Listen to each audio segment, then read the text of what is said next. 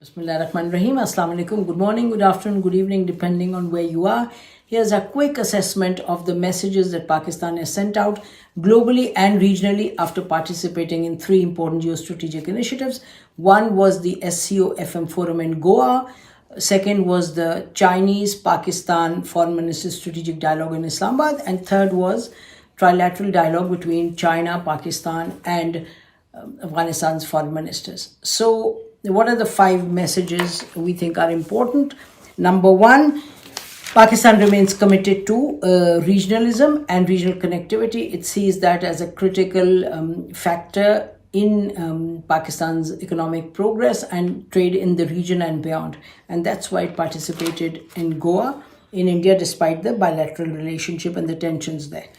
And the point was emphasized during the Foreign Minister's speech in Goa. He made it very clear that Pakistan remains committed, but Pakistan understands that regional connectivity cannot come to fruition wholly and fully until and unless Security Council resolutions aren't fully implemented. If they are violated and if disputes persist, genuine regional connectivity cannot take place, as is the case. Obviously, we can see that he didn't say that, but we know the GT road connection for India into Central Asia and beyond doesn't become functional until things don't come back to normal between India and Pakistan.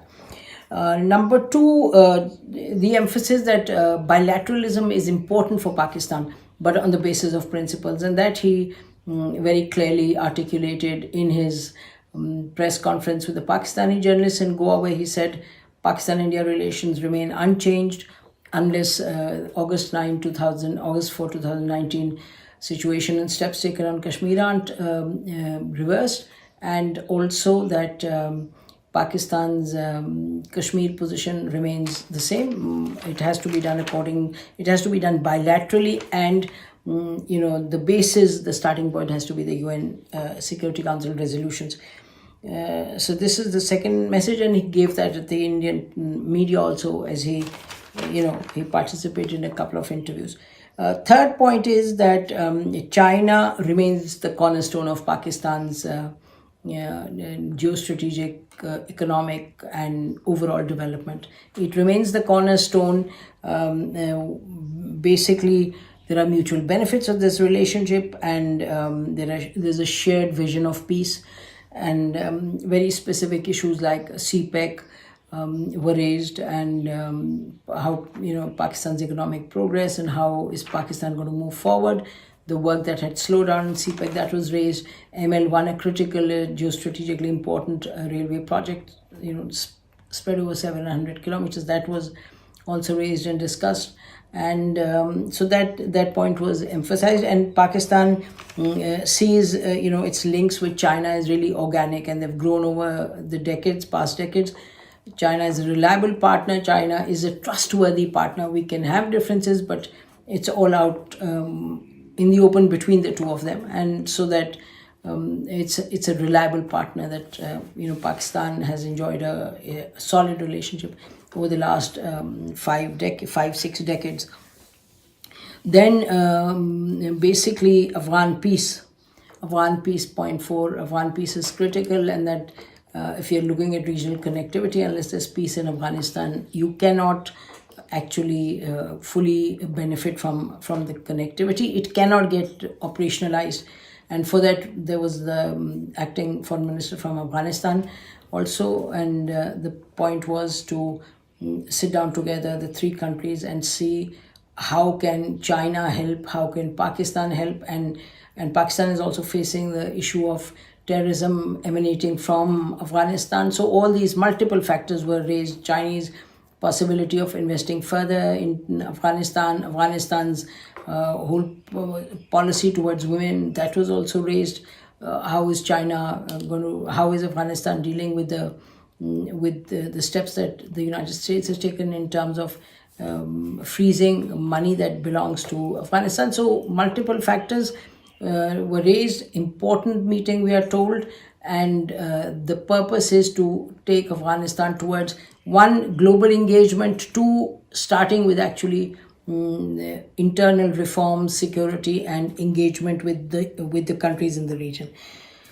hence Afghan peace. And finally, I mean, the fifth point was that Pakistan doesn't believe in bloc politics. And it's important to emphasize that Pakistan's critical, long-lasting, reliable, trustworthy member, I repeat, is China. Friend is China, and that will remain so. Having said that, it is not a zero-sum game. Pakistan, since the 50s, 60s, has been engaged with both major powers, then weren't that major, but has ever since remained engaged with both the powers. The architecture with China is very different from what it is with the United States and other Western countries. Pakistan is not in the business of choosing one over the other. Foreign Minister made that very clear, and that is Pakistan's vision. So these issues, important and worth noting, underscoring. The message is clear from Pakistan. We may be in trouble. We are in the economic doldrums, so to say, no mincing words, but that doesn't in any way change Pakistan's vision in terms of, what regional integration means, what bilateralism on principle means, what its own vision of its future means. So no compromises on that.